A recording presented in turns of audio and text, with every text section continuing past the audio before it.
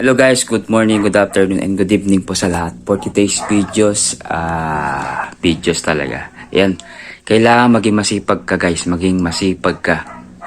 Hello guys, good morning, good afternoon, good evening po sa lahat. For today's video, kaya pag-usapan natin ang tungkol sa masipag.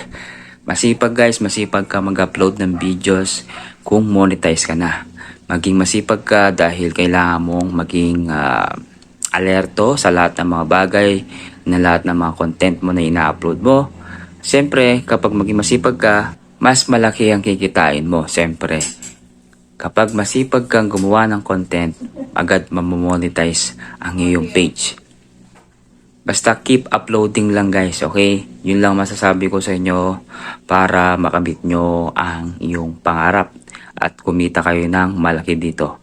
Basta isipin nyo lang guys, maging masaya lang kayo dito. Kung ano yung ginagawa nyo everyday, kung ano yung mga niche nyo everyday. Basta isipin nyo lagi guys, yung pamilya nyo, kumbaga may inspiration kayo guys sa sinasabi ko po sa inyo.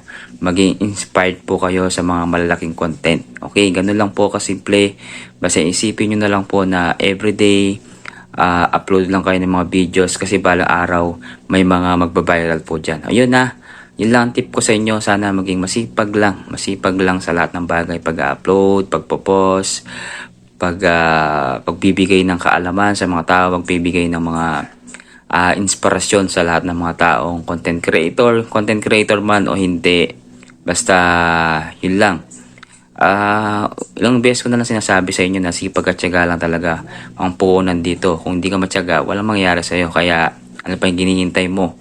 Mag-upload ka ng mga videos mo na pwede kang ikaka-viral. Tapos, isend mo ito sa mga kaibigan mo, isend mo sa mga napag-aakatiwalaan mo na susuporta. So, yun lang. Ito po ulit si Edward Lacsina, Kapugi ng Tarlac City. And God bless you all. Thank you.